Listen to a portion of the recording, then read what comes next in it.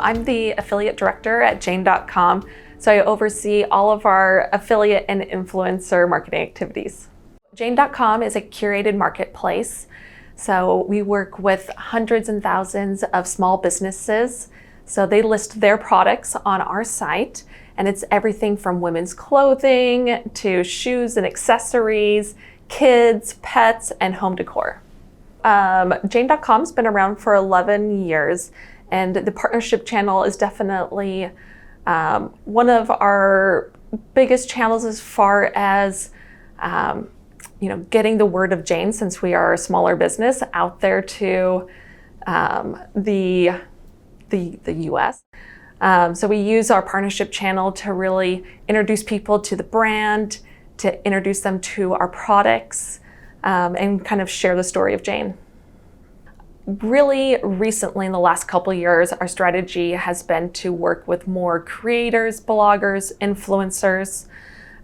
We've found that, they are introducing Jane to their following, and really we're able to introduce us and tell people about their favorite products and share, their favorite maxi skirt or their bamboo bed sheets. Really, we've been looking for different niche influencer categories, whether it's like, we want to build out our bridal category. We've been looking for bridal influencers, or we're looking for mom bloggers who we can really introduce some of our new infant or child line products. Our key metrics we're looking for are really,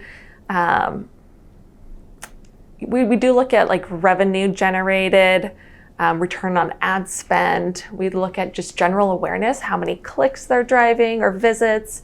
We're looking at followers and their demographic. It's a good fit for the Jane demographic.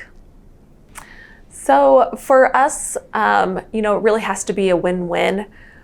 We find that the best influencers or the best partners are those that already have some brand affinity for Jane or a specific product of ours. It makes it really easy because they want to promote us, and we can work together and really communicate new products that we have coming up and share insights on what other people are seeing as far as top sellers or top rated sellers that might be a good fit for them. So I think those that kind of already are familiar with Jane and have some sort of brand affinity seem to be kind of the best. Since we are a little bit of a deal site, a lot of our products are heavily discounted, we find that influencers, no matter which category, as long as they have some sort of they're looking for a great deal to share or a little bit deal focused, that tends to perform very well for us, no matter the category. I mean, they could be a home looking at home trends. And since we have products across so many different categories, that we'll be able to work with a lot of different categories. We're seeing such a overlap between affiliate and influencer now. A lot of our influencers were working on a similar business model as other affiliates.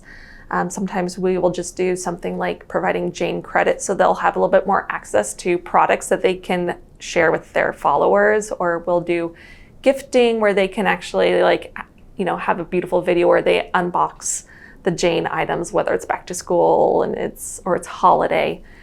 We're just seeing more influencers kind of moving towards the affiliate model and seeing that, they're working on a CPA basis, which is great. One thing that we've found is a lot of people are open to kind of a hybrid model. So if you're already working with them on a pay-to-post, you can let them know that they could be earning extra if they were also, earning a commission on every single one of those sales that they're already referring. And so if they can add that into our influencer, paid post only, then they kind of get a little taste of affiliate. And then we can work it out so that it's a win for everyone, where, our paid posts costs maybe go down a little bit because we're offsetting it with a CPA, a little commission. And then at one point they might say, oh, well, we just want to share this product and we can earn it on, our commission fee, or we can offset it with Jane credit to the site where they can do a little shopping on the site and share those products. So we find there's kind of a natural progression if you introduce, CPA early on when you're doing also just paid only, that people are like, oh, well, I could be making a little extra with the sales I'm already generating. The big difference is that it takes them away from being just a campaign model. So a lot of paid to promote, it's only like a set time period. Like you're doing a spring campaign and they'll only promote during that month or whatever the time period is. And if their followers really are responding well to a product or a brand, the CPA model kind of allows them to potentially, continue that campaign a little bit longer, especially if they're seeing really positive results, and not make it so it's just like during that time, that campaign period. It could be more of something that they want to sprinkle in as kind of an evergreen content at certain time periods where they're like, oh, well, this did really well. We want to bring it back for back to school, or we're going to bring it back in our gift guide and kind of thread it through because it's something they already know that their community likes and responds positively to. We have had some success working with them if we're, doing a paid, like kind of that hybrid model.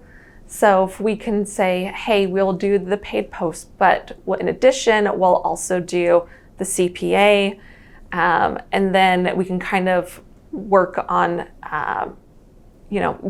figuring out where's the win-win for everyone. Because at the end of the day, we want it to be a win for them, where they're like, okay, this is great. We're seeing, meeting our revenue targets. And on our side, we need it to also like hit our return on ad spend expectations. So really it has to be a win-win for everyone. And it's just kind of figuring out that sweet spot. And sometimes we've found, instead of doing a paid placement, which can be very expensive, sometimes we can offset that with Jane credit, which is like credit on our site so they can go shopping and really select the products that they think will resonate best with their audience, since they really know what their audience loves. So that's kind of a great way to kind of get away from the paid placements by offering something different.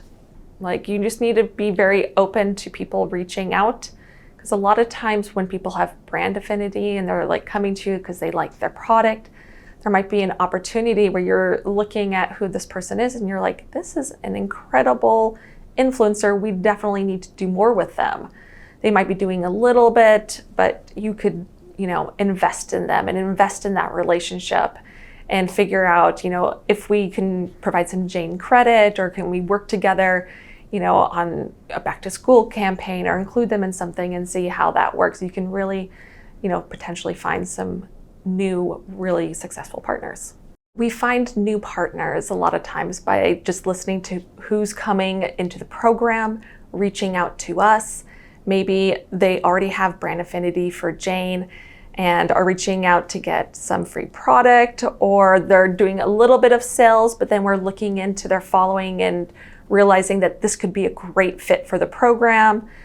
So then we'll offer them additional Jane credit to shop the site, or we can do a collaboration, include them in like a back to school campaign, and see if we can invest in that partnership and really see where it can go.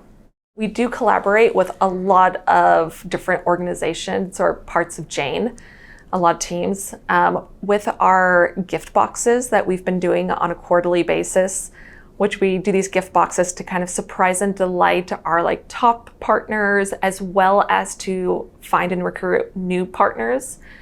But we collaborate with our creative team to create the card that goes inside that talks about each product and who the seller is and how much the product is, as well as our merch team, which is really important because they're reaching out to all those small business sellers and really curating the box and saying, we really want to feature this product and give more exposure to it to our network of influencers. So it's really a cross-department collaboration where we're working with merch, creative, PR, and our several people on my team as well.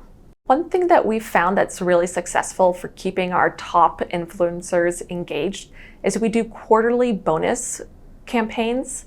And these are not just like standard flat bonus tiers where you're hitting this and earning extra. These are personalized bonus tiers where we saw what they did last quarter, we saw what they did last year. We're giving them like 3 different targets, and if they hit that, they're earning additional cash bonus plus Jane credit as well. So a lot of them use that Jane credit as giveaways to their audience, or they'll use it for their team to like buy additional products and be able to share that. For us, it's all about the data. We are running, weekly reports like most programs, but I think it's also about using that data and taking it for an action item. We're pulling, what were the top products last week and who were the top partners. But from that, we're also reaching out to them and letting them know, because a lot of times, they're very busy with a lot of stuff coming in, but we're letting them know, hey, that handbag you posted last week did incredibly well. So, calling out, partners when they're having these huge successful days and letting them know which products it was that really drove those sales. I would say our influencer program does a great job of advocating Jane.com, letting their followers know. As a smaller, maybe not as well-known brand, I feel like they've really grown brand awareness for us, which has been amazing, and shared products that identified new top sellers.